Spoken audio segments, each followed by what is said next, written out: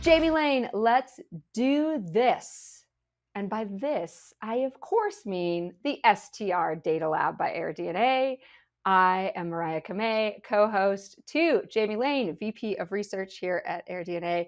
And today, I believe this episode is going live on Thanksgiving Day. Happy Thanksgiving, y'all. We had too much to talk about. We couldn't wait. We couldn't wait for the holiday. We don't take breaks around here. We work all the time. Jamie, how the heck are you, my friend? How's life? I'm great. Got to spend a week out in Phoenix last week at the Focusrite conference.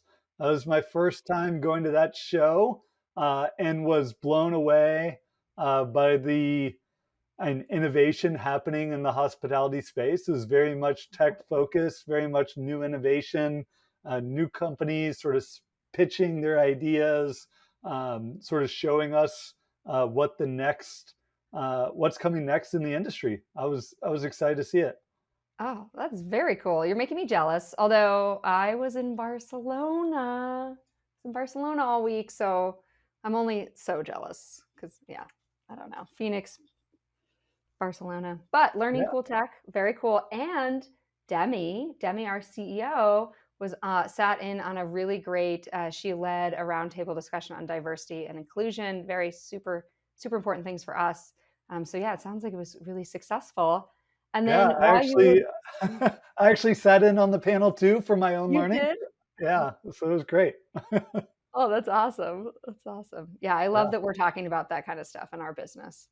Yeah, I already came out back with quite a few takeaways on how I can help my team. So it was great learnings, and I feel like so many companies are going to have good takeaways on how they can improve their own organizations.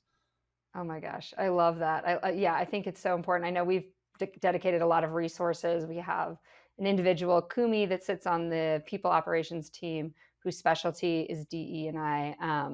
And yeah, just again, I think it's just such a great place for this industry to focus, right? Because there's a little bit of privilege in our business, for sure. Well, and then while you were there, I just felt like every time I turned around, Brian from Airbnb was in the news. Things were happening. Quarterly earnings report. Sounds like Airbnb's feeling pretty bullish here going into 2023. What were your key takeaways from the earnings call? Yeah, you would think with the sort of impending recession and us talking ourselves into recession that he may start to talk back some of the and you listen into the tech space and layoffs, continual sort of embarrassment that and we're in a recession and that there's going to be a pullback and you just don't hear it. You didn't hear it at Focusrite. You don't hear it with really any of the travel CEOs. I listened in on all the earnings calls on big hotel companies, the big OTAs, Booking, Expedia, Airbnb, and the Wall Street analysts. They asked them, like, "Are you seeing weakness? Where is it?" Right. And I don't think a single one pointed out or was able to point out any weakness in their own business. Airbnb nights booked were up 25% year over year.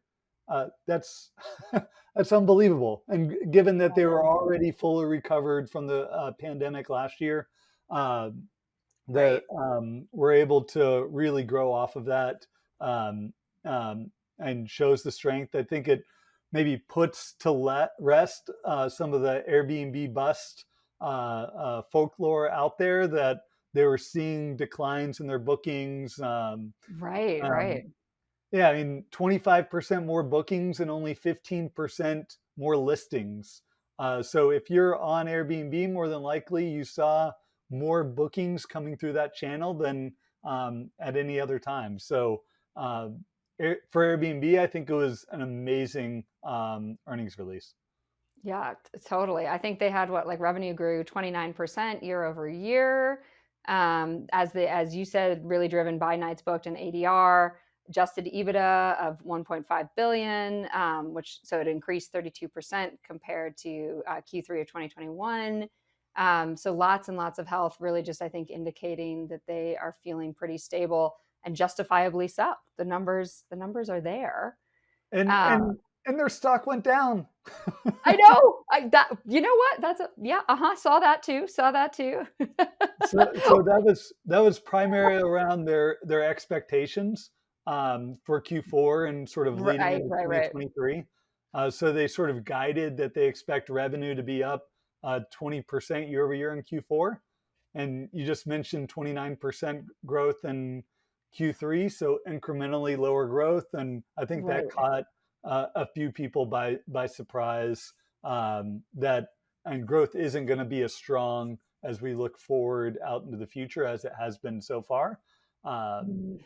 and and broadly, I think that's to be expected. Our outlook has revenue growth slowing broadly for the industry. We expect supply growth to slow some, and maybe that gets us to the winter release of it was all about supply. It's all about supply. I need to come up with a cute saying for that one as well. Yeah. And it's funny, yeah. I think our press team was just saying it's the only thing anyone ever wants to know about is what's happening with supply. Um, but I like what you're saying, and this is why Jamie Lane for me, I always try to under promise, over deliver. It's not like maybe make those growth numbers a little lower. I don't know. That's the advice from the non-economist in the room. But yeah, so then this great earnings report, little stock dip, was followed by the winter release, which is always highly anticipated by in our little neck of the woods, as they say. Mm-hmm. Um, Definitely, Airbnb was sending quite a few signals that they are really focused on growing their supply, attracting more hosts, but probably a specific type of host, which we can get into in a minute. Um, and I think you anecdotally, I think you've maybe set someone in your family up with Airbnb. Is that true? Like you've helped them with the onboarding process. You're very intimately aware of how it works. Yeah, so and I've done a few listings of my own, but and with their sort of main goal around growing supply and how, and I think Brian says it is how to unlock the next generation of hosts. Ooh, that Hosts sounded sexier. That sounded sexier. hosts do tend to be older Americans, older Ooh. generation people around the world. And as someone who has helped my own mother set up her listings, Shout out to and mom. shout out to all moms out there. Yes.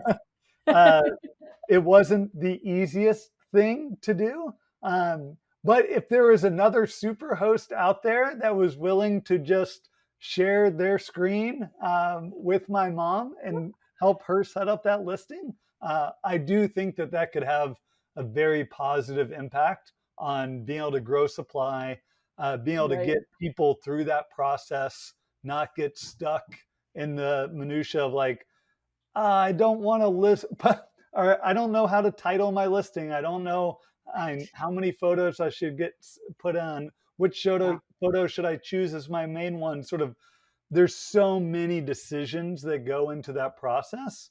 And if Airbnb was finding that just having someone to help them through that decisioning process, get the listing live, and then once Totally. that happens, they're golden. That was definitely a piece of this. They've got their 400,000 superhosts out there to sort of choose from. They've got their 1,500 ambassadors that I think I heard that Right. they're sort of using to roll this out with. So you're going to get someone that knows the Airbnb platform through and through, helping you set Love up it. your listing. It's got to help.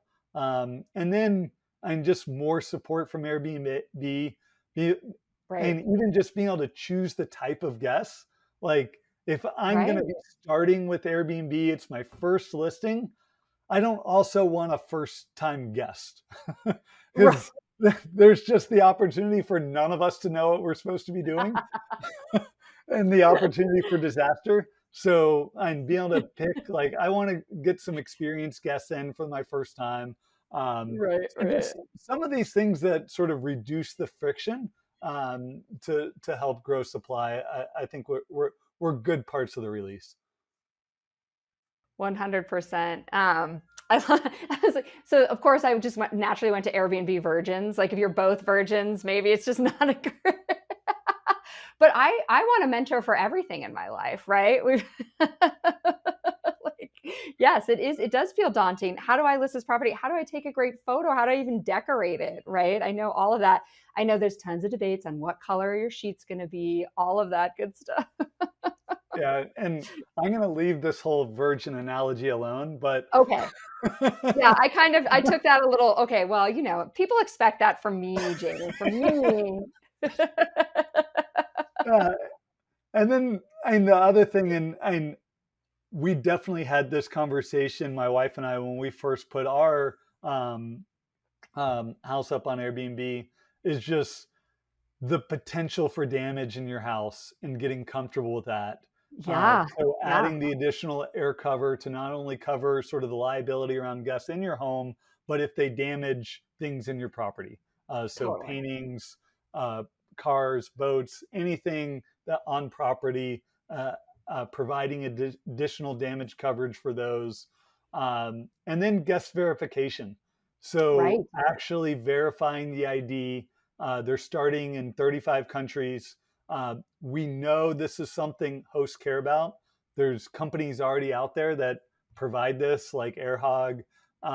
So right, Airbnb getting into this, I think, is going to give a lot more hosts that I mean, ability to feel comfortable that at least they've uploaded an ID that's been verified by Airbnb. I know who's coming to the property. There's much right. lower chance for fraud, for things happening outside of your control. Yeah, a lot of those really great signals of professionalization, right? And yeah, I think there's always been sort of that reputation of like, yeah, you stay at an Airbnb because you're going to go party, which is, I mean, only probably true half the time. I don't, where's the stat there? We'll figure it out. Um, well, I think so. I think the big headline, the thing that I did see a lot of people reacting to on LinkedIn, which is, because I'm an older millennial, my preferred social platform at this point, um, was the talk of the all-in-one pricing. That was sort of the Yeah. big. I felt like that was the big headline. Little bit of a mixed bag there. Seemed like the intentionality was to sort of level the playing field for folks. Felt a little bit more like a guest-driven update to benefit guests. But yeah, what was your take? Because I know we've talked a lot about my favorite topic, which is cleaning fees and how those sneaky things come up. Yeah, and you may not have seen it a lot hanging out on LinkedIn, but on TikTok and Facebook, Oh, there's you're so there's much sort of cooler than me. there was a big sort of backlash against sort of high cleaning fees, Mhm. Yep. sort of Mhm. the massive guest checkout list, things like that, and to Brian and Airbnb's credit, and they're trying to respond to that. And so on one side for the guests, I'm seeing all-in pricing is great. So you start your search, you know Yep. what you're going to pay from the outset, um, and you're going to have a much better experience. That's actually, and by law, the default in Europe and throughout much of the Right. world. It's not the default in the US.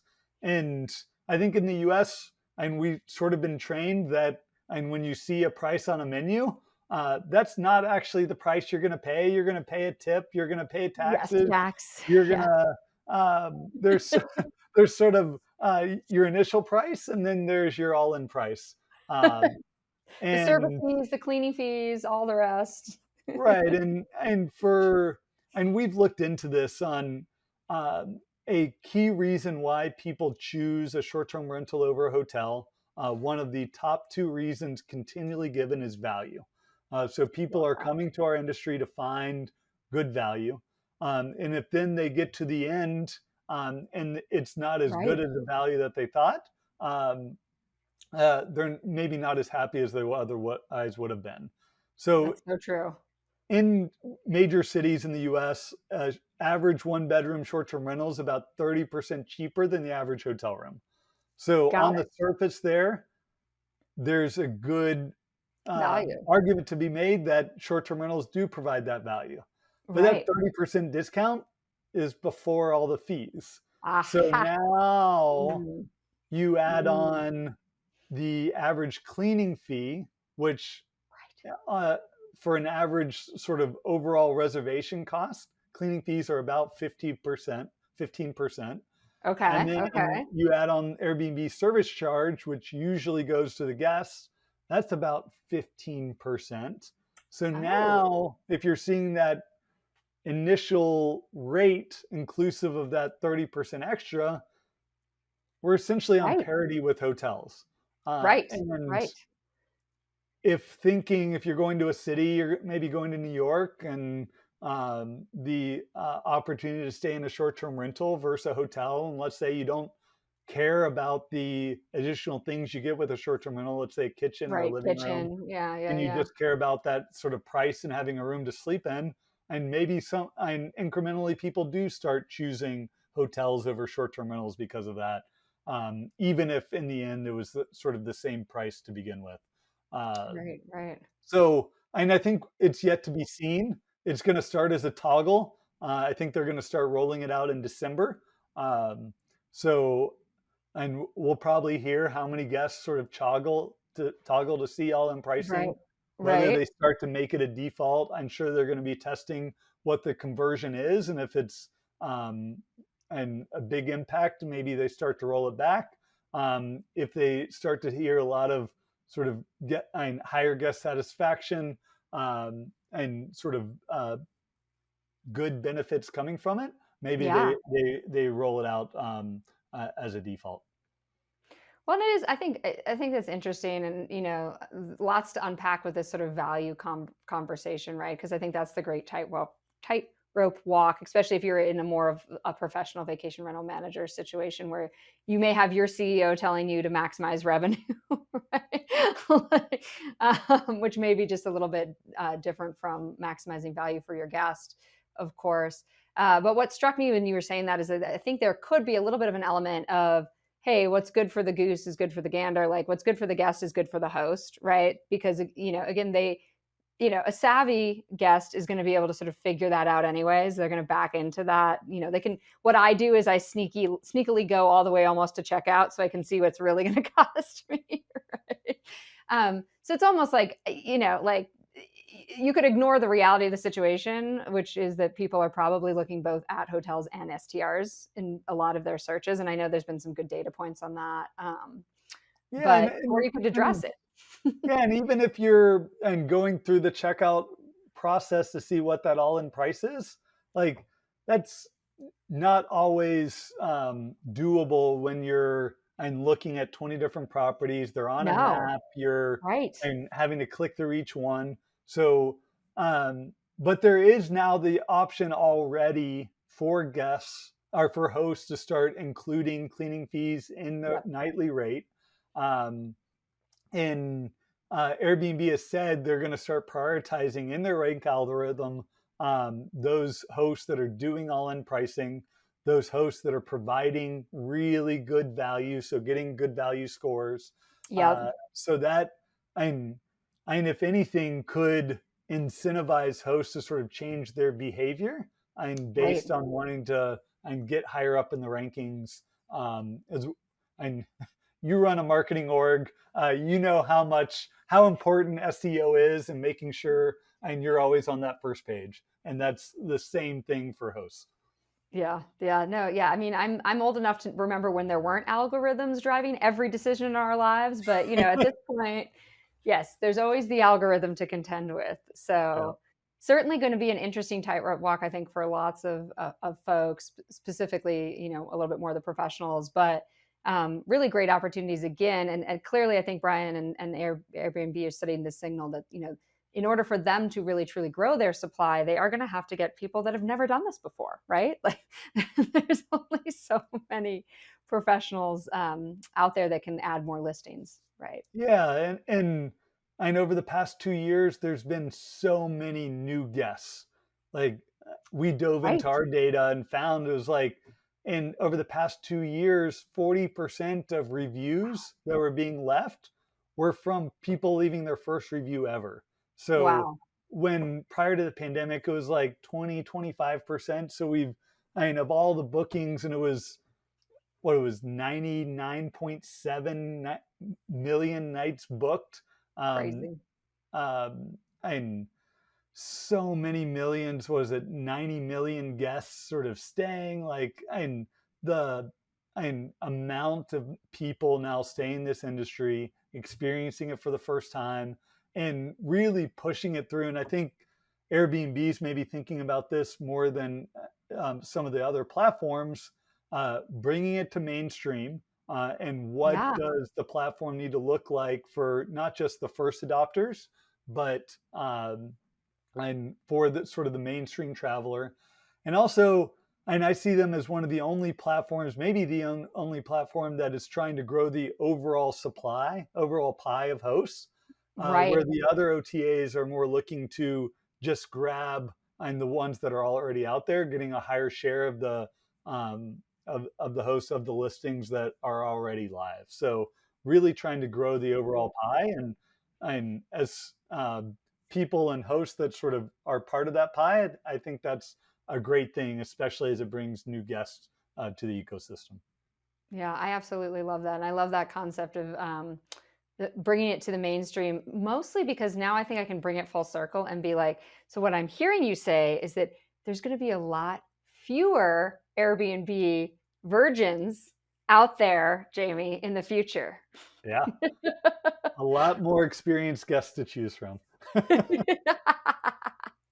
And I will say I was in the airport and in Barcelona, and huge billboards all over the airport from Airbnb. Uh-huh. So I think they really are taking that to heart from their marketing strategy too, which we will nerd out on another day because it's not as important as supply. Again, Yeah. supply is the most important thing here, I would say. So let's talk about that. How was your listing in Barcelona this time?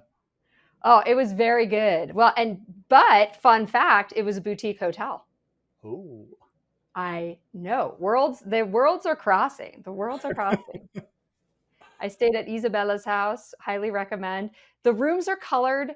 Like there's like a red room and everything is red, like the walls, everything, and the furniture. And so like maybe if you're color sensitive, go for the white room or the beige yeah. room, or I really wanted the pink room for some reason, but I ended up with a red room. It was fine for me. I'm not color sensitive, but if you are and you're like, I hate red, avoid, avoid. All right. Yes, I feel like we've been burying the lead for a little bit here. Let's talk a little bit about supply, my friend, because that was a topic of conversation in the news last week. Everyone wanted to know what was going on um, with supply, and I think there was a potential to potentially misinterpret some of the supply based on the decision Airbnb made to back out of China. So would love to know um, how's supply doing, Jamie? How's the supply going? supply is still growing very strongly. So in the US, and overall supply is up and still around 20, 25%. That's been really stable. Um, Something we've been talking a bit about is just the churn. And while the churn looked a bit high these past couple months, that was really just Airbnb exiting China, not and sort of an uptick of hosts leaving the platform. And it's been really steadied around 2% of listings leaving each month. We still have about 3% of listings, overall listings coming in. So Okay, overall supply is growing, excluding the exit of China. And overall listings are still up. I think in October we were up 18% year over year on Airbnb, that's pretty impressive. 25% and across the board in the US.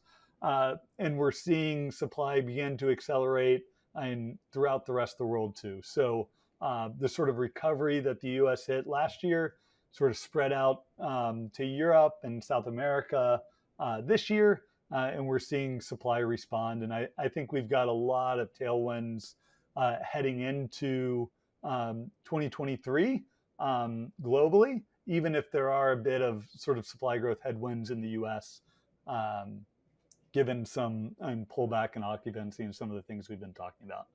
Yeah. And still it might be, getting a little bit of investor sentiment, just in terms of wanting to buy a house right now.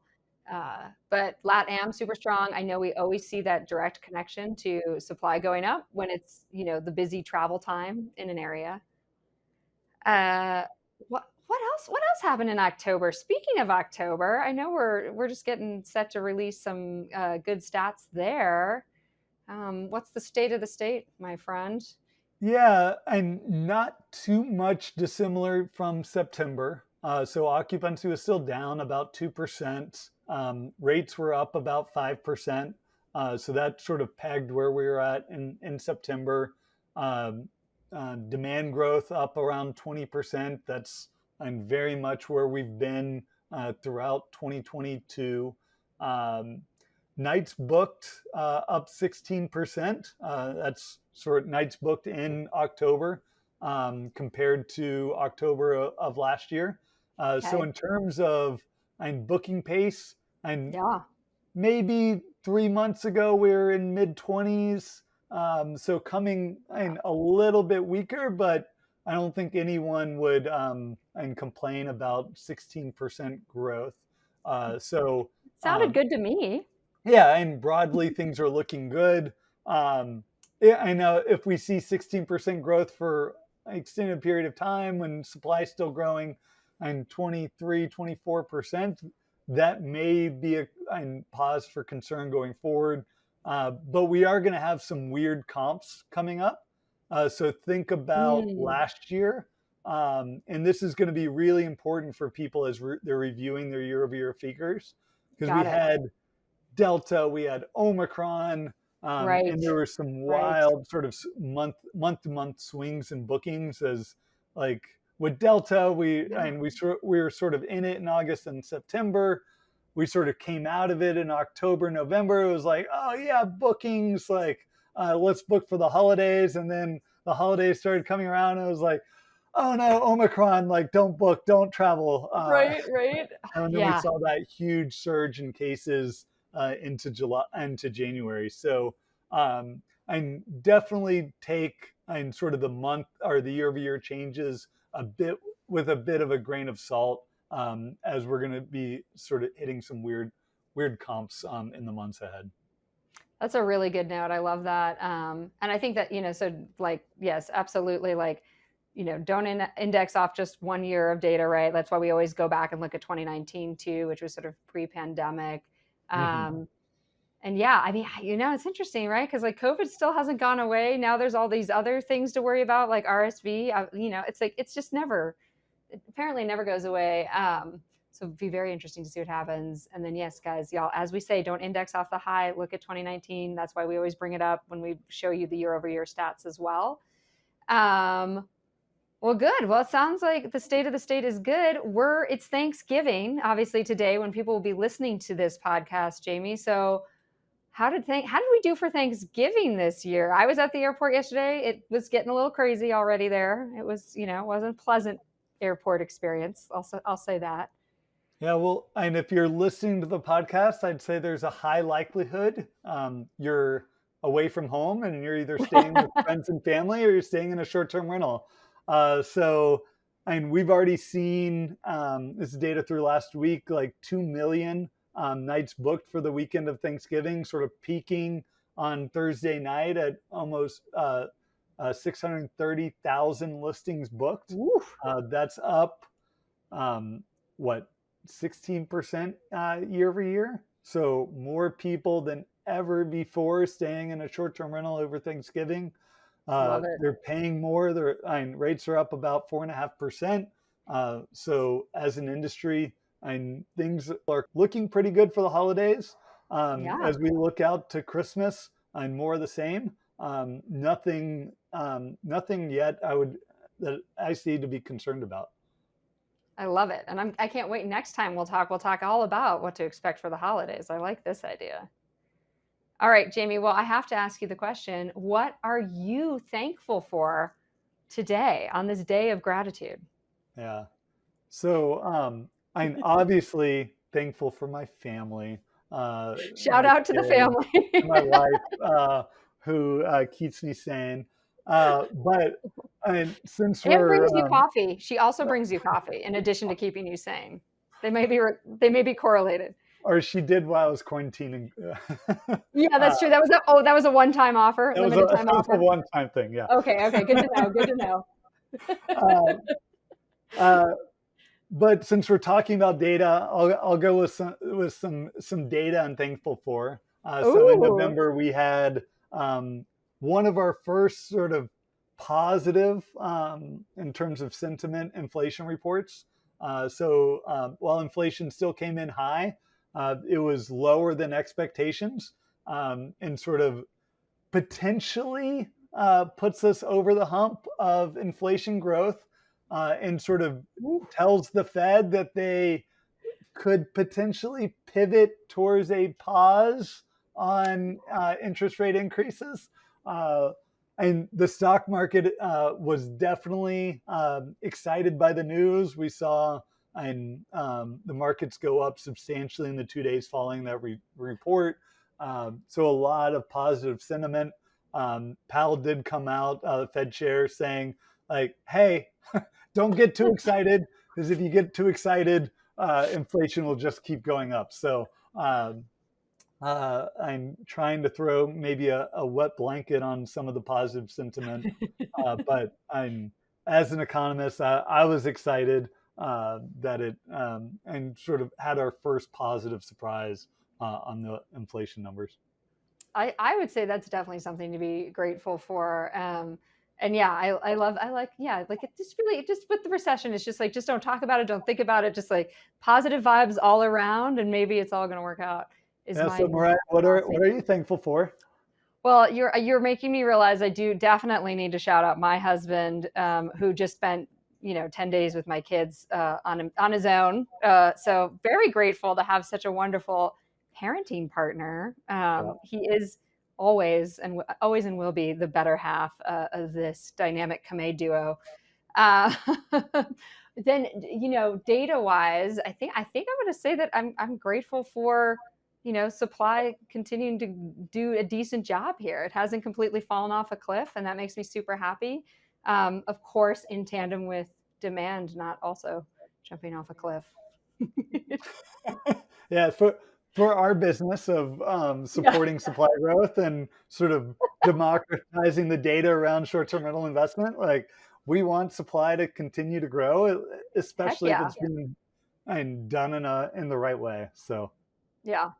Yeah, I would agree. I mean, my stance, for what it's worth, not that anyone needs to know, is that, hitting the mainstream, having more people interested in short-term rentals, vacation rentals as a means of travel and exploring the world is nothing but good news for everybody in the business. That's my positive take, y'all. All right. Well, I say we tell these people happy Thanksgiving. I hope you're all incredibly full of delicious food, and have a wonderful Thanksgiving with your friends and family and other people you're grateful for. happy Thanksgiving, everyone. Bye, guys.